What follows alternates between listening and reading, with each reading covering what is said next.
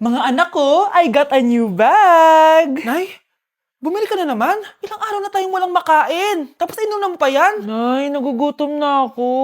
Kayong dalawa, wala kayong karapatang magreklamo ha? Alak lang naman kayo ng tatay niyo sa una niyang asawa. Tatawag ko kay tatay. Akin na yung cellphone mo. Hindi mo na ito makukuha sa akin. Ate, natatakot na ako sa kanya. O eto, kumain ka na. Ate, ganito na lang ba talaga buhay natin? Hindi. Hahanap ako ng paraan para makausap si tatay. Love, padala ka naman ng 50,000, oh. Magbabayad kasi ako ng tuition ng mga anak mo. Tapos, ang dami pa nilang pinapabili. Tay, hindi totoo yan! Sinungaling siya! Wala na siya. Akala mo talaga makakasumbong ka? Talagang sinusubukan mo ko, ha? Walang iya ka talaga, tita! Ayan, diyan kayo nababagay. Ikukulong ko kayo dito. Wala akong pake kung anong mangyari sa inyo. Tay, tulungan mo kami. Ate, mamamatay na ba tayo dito? Tiwala lang, Kyle. Kakayanin natin to. Kyle? Ang taas ng lagnat mo. Tita, tulong! Dali natin sa hospital si Kyle! Ang ingay naman ng mga yun. May bago na naman akong bag. Kyle! Delivery po. Salamat naman, dumating na yung bago ko cellphone. Oh, ano pa ginagawa mo dyan? Binayaran ko na to sa online. Tama nga sila. Inuubos mo lahat ng pera ko sa mga luho mo. Ha? Ramon? Umuwi ka? Kukulong ko kayo dito. Wala akong pake kung anong mangyari sa inyo. Grabe ng pinagagawa ng babaeng to. Ginagawang hayop ang mga bata. Ramon, kailangan mo nang umuwi dito. Walang iya talaga yung si Rosa. Lumayas ka na dito, ah. Ayaw ko makita yung pagmumukha mo.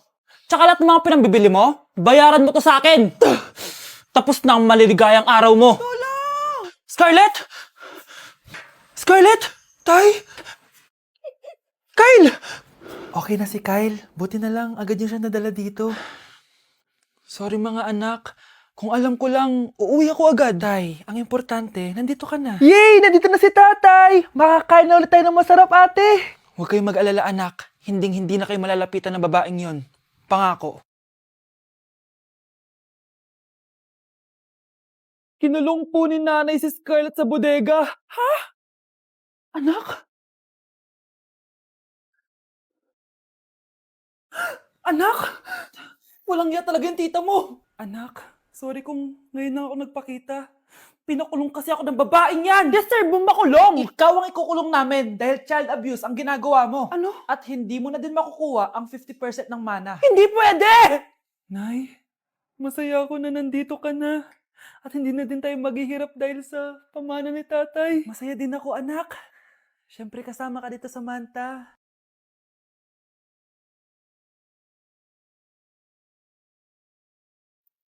Ano ba? Bakit tawag ka ng tawag, ha?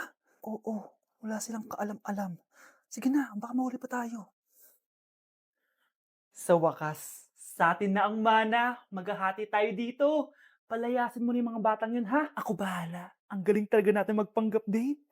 Mga anak, aalis na tayo dito sa bahay. Lilipat tayo sa mas malaking bahay. O eto, mga gamit nyo, inimpake ko na. Talaga, Nay? Scarlett, huwag ka maniwala dyan.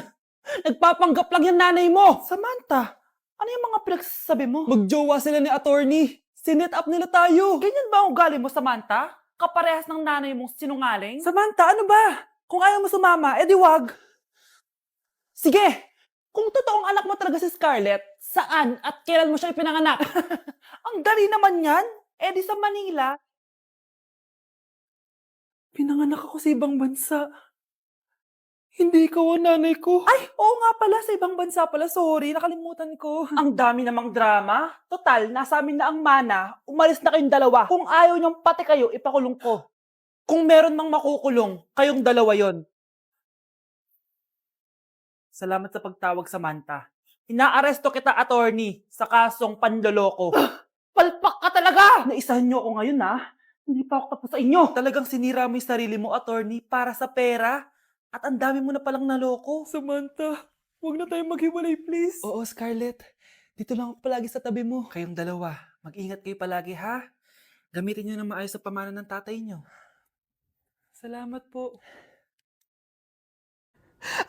Nay! Good news! Nanalo ako sa loto! Totoo ba, anak? Tumama lahat ng numero sa panaginip ko, Nay. Ay, alam mo, anak, swerte ka talaga eh. Nay, may good news din ako. Gagraduate na ako next month! Talaga ba, anak? Akala ko talaga bagsak pa rin ako eh. Buti naman at di ka na ulit ng high school. Congrats! Good luck sa college! Mga anak, may good news din ako. Sabi ng doktor, magaling na daw ako sa sakit ko. So, ibig sabihin, hindi mo na kami makakalimutan, Nay? Oo, anak. Parang sunod-sunod yung swerte natin, Nay, no? Siyempre, dahil din yan kay Lord. Sige na, anong oras na? Matulog na tayo, ha? Good night, Nay. Grabe, ang kalat naman. Oo, anak. Ba't kising ka pa? Nay, sobrang kalat kasi dito sa bahay. Naglinis lang ako. Anak, tigil mo yan! Masama yan! Ha? Bakit? Masama na ba maglinis, Nay? Hindi mo ba alam yung pamahiin na bawal magwalis sa gabi? Kasi pag nagwalis ka, parang tinataboy mo daw yung swerte palabas ng bahay. Ako, Nay, 2025 na. Naniniwala ka pa rin sa pamahiin? Tumatanda ka na talaga. Ay, di ko alam, anak. Takot lang ako na malasin ulit tayo. Sige na, Nay. Itulog mo na yan. Malapit na ako matapos dito. Matulog ka na rin, ha? Nasaan na yun? Hindi pwede mawala yun. Oo, anak, ano nangyayari? Umagang-umaga sumisigaw ka. Nay, nawawala yung lotto ticket natin. Hindi natin makiklaim yung pera. Ha? Sige anak, tutulungan kita maghanap, ha? Ay, baka nandito lang yung banda. Oo anak, ba't ka umiiyak? Ayoko na. Ginawa ko naman lahat eh, pero binagsak pa rin ako ng teacher ko. Ano? Hindi na daw ako kasama sa mga gagraduate, Nay. Lahat ng effort ko nasayang! Anak! Nay, magpahinga ka muna. Ako na muna bahala dito. Ano na naman nangyayari sa pamilya natin? Anak? Scarlett? Kyle? Susan? Kamusta ka na? Dok? Ba't nandito ka? Dinalaw kita para kamustahin ka. Mga musta? Eh di ba sabi niyo magaling na ako, Dok? Yun din nakakala ko. Ha? Teka lang, nakita mo ba yung mga anak ko? Susan, matagal nang patay ang mga anak mo. Ha? Hindi mo ba naaalala? Pareho silang na-depress. Si Scarlett dahil sa nawala niyang lotto ticket. Si Kyle naman dahil hindi nakagraduate. Kaya, ayun. Kailangan mo ulit maggamot, Susan, dahil lumalala na naman ang demensya mo. Kapag pinirmahan mo to, akin na lahat ng mga kayamanan mo. Oh, pirmahan mo na. Tita, wala naman ako field trip ah. Hindi pa ba sinasabi ng teacher niyo na may field trip kayo? Anak, okay lang. Pipirmahan ko na to para makasali ka sa field trip niyo. Walang ya ka talaga, Rosa. Wala ka talagang titira sa akin, ha? Manda ka talaga sa akin. Mabilis ka talagang utuin, Susan.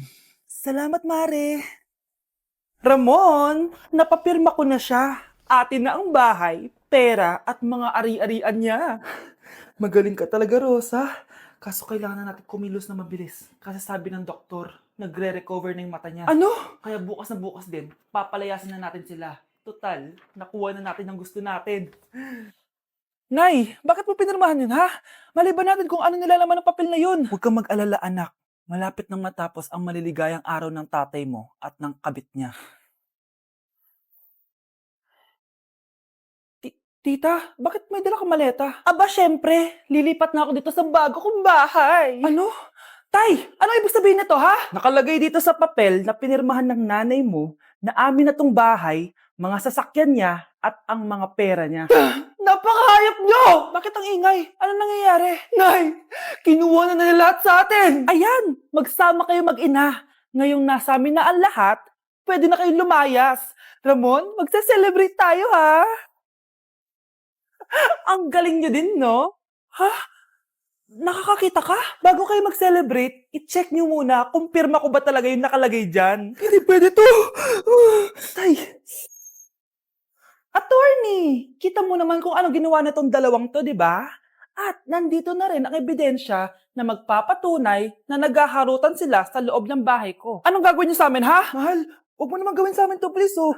Magbabago ako, please. Oh, sorry kung natatapakan kayo pagka-love team nyo, ha? Arestuhin nyo na yung mga yan. Mag-celebrate kayo sa kulungan. Kayong dalawa, sumama na kayo sa akin sa presinto.